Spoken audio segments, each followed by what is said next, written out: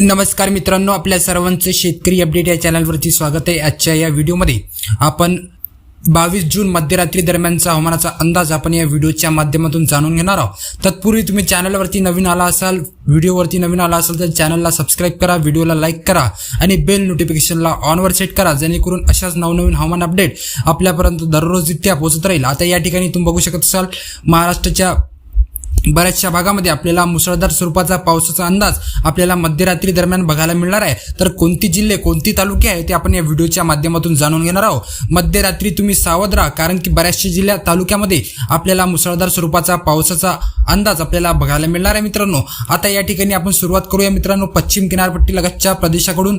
पश्चिम महाराष्ट्रामध्ये आपल्याला जो मुंबई लगतच्या प्रदेशामध्ये मुंबई आहे, माथेरान आहे, लोणावळा, अलिबाग, मुरुंद, महाड, दापोली, चिपळूण या प्रदेशामध्ये आपल्याला मध्यम ते मुसळधार स्वरूपाचा पावसाचा अंदाज आपल्याला बघायला मिळणार आहे। त्यानंतर इकडे रत्नागिरी, राजापूर, कंकावली, सावंतवाडी या प्रदेशामध्ये आपल्याला विखुरलेल्या स्वरूपामध्ये पावसाचा अंदाज बघायला मिळणार आहे। त्यानंतर इकडे कोल्हापूर आहे, निप्पाणी, सांगली, कराड, विटा, वडूज, सातारा, भोर, सांगोले या प्रदेशामध्ये आपल्याला विखुरलेल्या स्वरूपामध्ये तसंच मध्यम स्वरूपामध्ये आपल्याला पावसाचा अंदाज बघायला मिळणार आहे। त्यानंतर इकडे आपण बघू शकत असाल, जो पुण्यालगतचा प्रदेश आहे मित्रांनो, पुण्याचा पश्चिमेकडला जो प्रदेश आहे, या प्रदेशामध्ये आपल्याला मध्यम ते मुसळधार स्वरूपाचा पावसाचा अंदाज बघायला मिळणार आहे।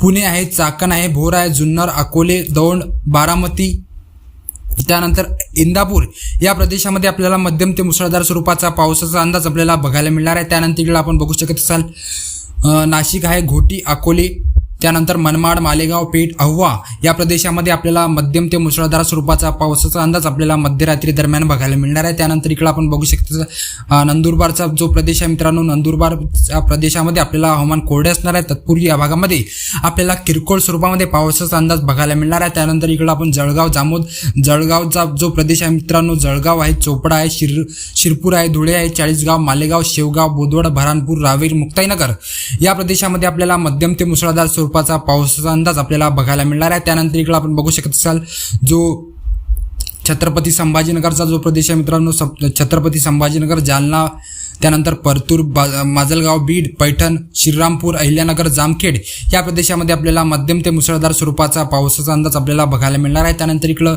बार्शी, धाराशिव, बसव कल्याण, बिदर या प्रदेशामध्ये आपल्याला हवामान कोरडे असणार आहे। तत्पूर्वी या भागामध्ये वाऱ्याचा जो वेग आहे आपल्याला जास्त बघायला मिळणार आहे।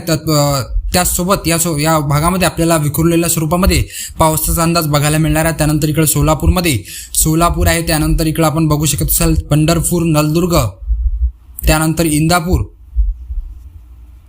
या भागामध्ये आपल्याला मध्यम ते मुसळधार स्वरूपाचा पावसाचा अंदाज आपल्याला बघायला मिळणार आहे। त्यानंतर इकडे लातूर जिल्ह्यामध्ये, लातूरचा अंदाज तुम्ही लक्षात ठेवा मित्रांनो, लातूरमध्ये परळी, वैजनाथ आहे, कैज आहे, अहमदपूर, उदगीर, परभणी, माजलगाव, परतूर, जिंतूर, हिंगोली या प्रदेशामध्ये आपल्याला मध्यम ते मुसळधार स्वरूपाचा पावसाचा अंदाज आपल्याला बघायला मिळणार आहे। त्यानंतर इकडे आपण बघू शकत असाल, जो नांदेडचा प्रदेश आहे मित्रांनो, या ठिकाणी तुम्ही शेतकरी रहिवासी असाल तर तुमच्यासाठी हा खूपच महत्त्वाचा अंदाज आहे, कारण की नांदेडमध्ये आपल्याला हवामान मध्यरात्रीमध्ये 22 जून मध्यरात्री आपल्याला हवामान कोरडे असणार आहे। तत्पूर्वी या भागामध्ये अर्धापूर आहे, बसमत आहे, पूर्णा आहे, भोकर आहे, पेटउमरी, नायगाव, कंधार, मुखेड, हिमायतनगर, भैसा, धर्माबाद, उमरखेड या प्रदेशामध्ये आपल्याला हवामान कोरडे असणार आहे। मित्रांनो, या प्रदेशामध्ये आपल्याला थोडंसं ढगाळ वातावरण आपल्याला बघायला मिळणार आहे। त्यानंतर इकडे हिंगोलीमध्ये शेनगाव आहे, श्रीसोड आहे, जिंतूर आहे, औंढा नागनाथ आहे, त्यानंतर मालेगाव, वाशिम, मेहकर, मंगरुळपीर, कारंजा, लाड या प्रदेशामध्ये आपल्याला मध्यम स्वरूपाचा पावसाचा अंदाज आपल्याला बघायला मिळणार आहे।